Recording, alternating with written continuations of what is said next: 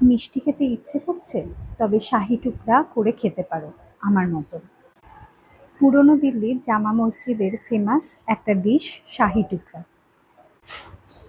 শাহী রান্নাবান্না সাধারণত রিচ হয়, কিন্তু এই রান্নাটা সেরকম রিচ বলা যায় না। খুব কম উপকরণ দিয়েই এমন সুস্বাদু রেসিপিটা করে নিতে পারো। শাহী টুকরা করার জন্য দুধটা ঘন হতে হয়। আমি ভালো করে দুধটা আগেই জাল দিয়ে নিয়েছি। কিছুটা দুধ একটা বাটিতে নিয়ে 2 চামচ কাস্টার্ড পাউডার মিশিয়ে নিলাম। কাস্টার্ড পাউডার ভালো করে দুধের সাথে মেশাতে হবে, না হলে যখন গরম দুধে পড়বে তখন জমাট বেঁধে যাবে, দলা দলা পাকিয়ে যাবে। দুধে কাস্টার্ড পাউডার ঢালার সাথে সাথে খুন্তি বা হুইস্ক দিয়ে নাড়তে হবে যতক্ষণ না পর্যন্ত দুধের সাথে কাস্টার্ড গোলা দুধটা মিশে ঘন একটা স্মুথ ব্যাটার হয়ে যাচ্ছে। এই কাজটা একটু সময় সাপেক্ষ এবং একটু কষ্টকর। আমি শাহী টুকরায় মিষ্টি কম খাওয়ার জন্য চিনি মেশাইনি। তোমরা চাইলে দুধের সাথে চিনি মিশিয়ে নিতে পারো।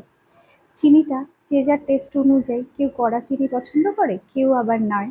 আমি এটা হালকা করেই করেছি। ঘন দুধ রেডি হয়ে গেল। এর পরের স্টেপ হলো চিনির সিরাপ তৈরি করা। পরিমাণটা হবে 1 বাটি চিনির সাথে 1 বাটি জল। এবার চিনির সিরাপটা তৈরি করে নিতে হবে। খুব একটা ঘন সিরাপ করলে হবে না, তাহলে পাউরুটির টুকরোগুলো ভিজবে না। তাই খুব বেশি ঘন করা যাবে না, মানে 1 তার 2 তার এরকম হবে না। ঠান্ডা হলে চিনির সিরাপ এমনিতেই সামান্য ঘন হয়ে যাবে। এই স্টেপটাও আমার হয়ে গেল।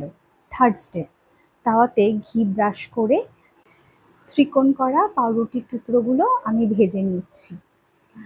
এটা তোমরা ত্রিকোণও করতে পারো, আবার সাইডগুলো কেটে নিয়ে চৌকোভাবেও রাখতে পারো। এটা তোমাদের ইচ্ছা মতো।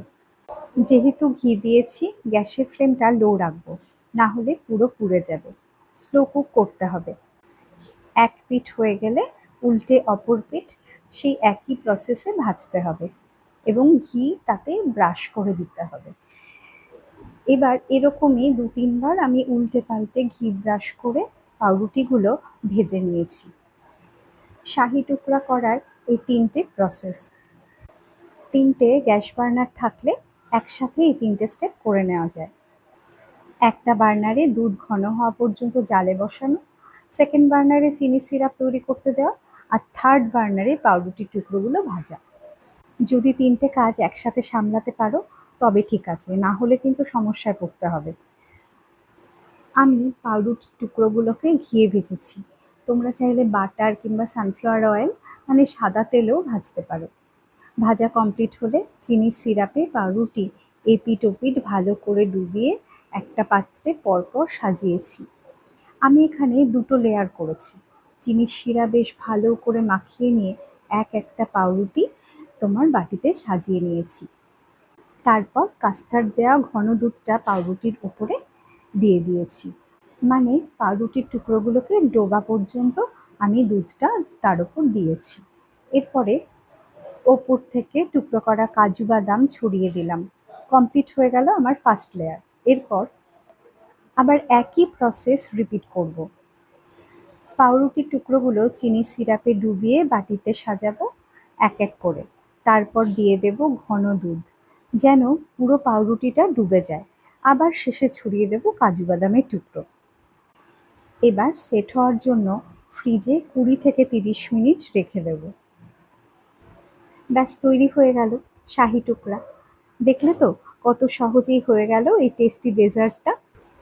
এই রেসিপিটা তুমি যে কোনো মিষ্টির দোকানে সচরাচর পাবে না, বিশেষ কিছু জায়গায় পেতে পারো। হাতে সময় আর মনের ইচ্ছা যদি থেকে থাকে, বানিয়ে ফেলো আমার মতো শাহী টুকরা। আর খেয়ে অবশ্যই কমেন্টে বলো কেমন হলো। ঠিক আছে, আজ আসছি।